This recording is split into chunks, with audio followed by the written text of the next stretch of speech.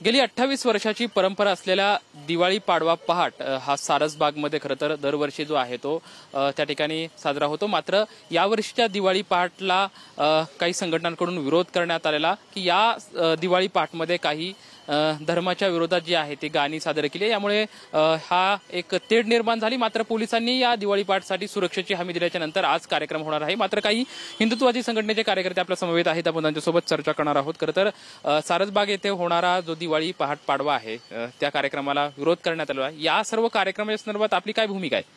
सगळ्यात प्रथम पतित पावनचा अध्यक्ष म्हणून या नात्याने सांगतो, कार्यक्रमाला विरोध नाहीये।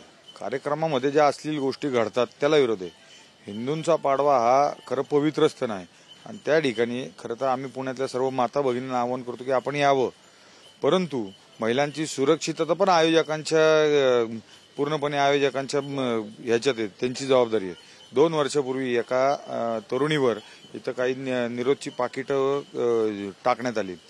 त्या तरुणीने पोलिसांमध्ये गेली नाही, पण आमच्यासारख्या कार्यकर्त्यांना 2 वर्षापूर्वी सांगितलं, म्हणजे पोलिसांची सुरक्षा ही नक्की कोणाला आहे, आयोजकांना का नागरिकांना आहे? पोलिसांचा विषय काय असतो की कायदा सुव्यवस्था अबाधित राहावी, काहीतरी चुकीचं घडू नये म्हणून। परंतु गेले 2-3 वर्ष जर इथं बघितलं गेलं तर सारसबाग हे पवित्र ठिकाण आहे, सगळ्या हिंदूंचं एक भावनेचं श्रद्धास्थान आहे। इथं गणपती आहे जो पवित्र आहे, उजव्या सोंडेचा आहे, लोक इथं नवस करतात आणि या ठिकाणी बाकीच्या कोणी हे काही चुकीचं करणं योग्य आहे का? आयोजक साजरे करतात, गेले कित्येक वर्ष साजरे करतात, मोफत साजरे करतात, सगळं मान्य आहे, परंतु नागरिकांच्या सुरक्षिततेचं काय? जर एखाद्या बहिणीची छेडखानी होत असेल आणि तिच्यावर जर अशा चुकीचं गैरवर्तन होत असेल, मास्क लावून येतात, ही पहाट म्हणजे नक्की कुठली आहे? ही प्रेरणादायी पहाट आहे का ही वेगळं काही आहे? कार्यक्रमाला आमची कधीही हरकत नव्हती, पण कार्यक्रमामध्ये ज्या काही चुकीच्या गोष्टी घडतात त्याच्यावर तुमचं कंट्रोल असणं गरजेचं आहे। आणि पोलीस प्रशासनाला माझी एक विनंती अशी आहे की तुम्ही आयोजकांपेक्षा नागरिकांच्या सुरक्षिततेची चिंता करा। कार्यक्रम एकदम छान आहे, व्यवस्थित आहे, परंतु नागरिकांची सुरक्षिततेचं काय?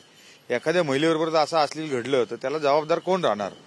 आपल्या महिलांकडून जर सुरक्षित सारसबागेच्या सारख्या ठिकाणी असं पवित्र स्थळ ठिकाणी जर असुरक्षितता वाटत असेल तर नक्की मग जबाबदार कोणाला पकडायचं, आयोजकांना का पोलिसांना? तर कट्टर हिंदुत्वाची भूमिका तुम्ही घेतायत, ती घेऊन पुढे जात आहेत। ज्या ठिकाणी कार्यक्रम होता त्या कार्यक्रमाच्या आयोजकांचं असं म्हणणं आहे की काही एक गाण्यासंदर्भातला सुद्धा काही वाद होता। त्यांचं म्हणणं आहे की आम्ही ज्या काही धर्माला जपली जात आहेत तीच गाणी त्या ठिकाणी आम्ही सादर केले जातात, किंवा ज्या ठिकाणी काही गोष्टी होत आहेत त्याच्याशी आणि आमचा काही संबंध नाही, आम्ही पुण्याची जी संस्कृती आहे तो जपण्याचा आमचा प्रयत्न आहे। मात्र याच्यामध्ये ज्या कार्यक्रम असेल किंवा त्याला बदनामी करण्याचं काम सुरू आहे। आता दिवाळी पहाट हा जो कार्यक्रम असतो तो कार्यक्रम खरं सुरताल गीतांचा असतो, त्याच्यामध्ये भक्तीची म्हणजे भक्तीच्या ठिकाणी भक्तीची गाणी होणं आवश्यक असतं। जास्तीत जास्त महापुरुषांची गाणी होणं आवश्यक असतं। मराठी गाणी जी नाचण्याची नाही पण ज्याचा आनंद लुटतोय तो अशी गाणी पाहिजेत। पण इथं जर मुन्नी बदनाम होई, आशिक तेरे लिए अशी जर काही गाणी लागली तर याला नक्कीच आमचा आक्षेप असतं ना। आमची कट्टरता ही कर्मकांडांची नाही, ही वास्तविक कट्टरता आहे। आम्ही म्हणजे हिंदुत्व जे करतो ते स्थानिक याच्यावर हिंदुत्व करतो, आम्ही उगाच काहीतरी कर्मकांडांचं हिंदुत्व करत नाही। अस्तित्वाचं जे हिंदुत्व आहे त्या अस्तित्वाच्या हिंदूंसाठी आम्ही लढा देणारी आजची जी काही पिढी आहे ती अस्तित्वाच्या हिंदुत्वासाठी लढा देणारी आहे। आणि आम्ही तर बांधवांना पण विनंती करतो, आता कित्येक हिंदू बांधव आहेत जे महिलांचं रक्षण अप्रत्यक्षरित्या प्रत्यक्षरित्या करतात, अशी पण उद्या सकाळी सगळी येणार, ती आपल्या ह्याच्यात राहणार। कोणाला काही चुकीचं वाटलं पोलिसांच्या निदर्शनास आणून देणार। तिथं जर पोलिसांनी कुठल्याही प्रकारचे किंवा आयोजकांकडून काय झालं नाही तर आपले हिंदुत्ववादी कार्यकर्ते त्यांच्या पद्धतीने करणार। खरं तर आता पोलिसांनी सुरक्षेची हमी दिली आहे।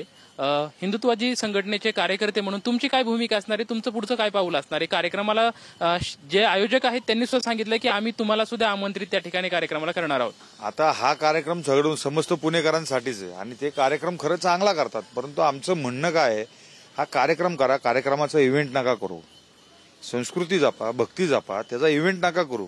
तुम्ही तुमच्या पद्धतीने तुम्हाला काय करायचं ते करा, परंतु याच्यामध्ये तुमची कंट्रोल पाहिजे त्याच्यावर।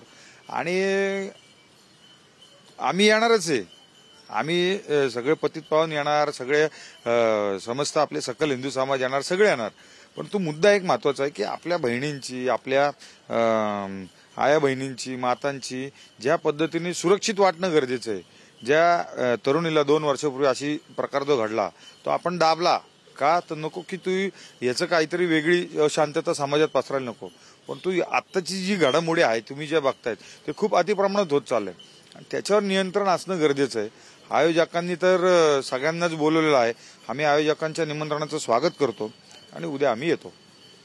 खरं तर कार्यक्रमाला आमचा कसलाही विरोध नाही, मात्र कार्यक्रमामध्ये येणाऱ्या ज्या महिला आहेत त्यांच्या सुरक्षेवरती मात्र आमचा आक्षेप आहे. उद्या आम्ही कार्यक्रमाला जाणार आहोत आणि तिथं काही हुल्लडबाजी होती काय हेही पाहणार आहोत. अशी प्रतिक्रिया जी आहे ती पतित पावन संघटनेचे अध्यक्ष आहे स्वप्नील नाईक यांच्याकडून आपल्याला पाहायला मिळत आहे. कॅमेरामॅन प्रमोद रोमन सोबत लक्ष्मण जाधव, TV9 मराठी, पुणे.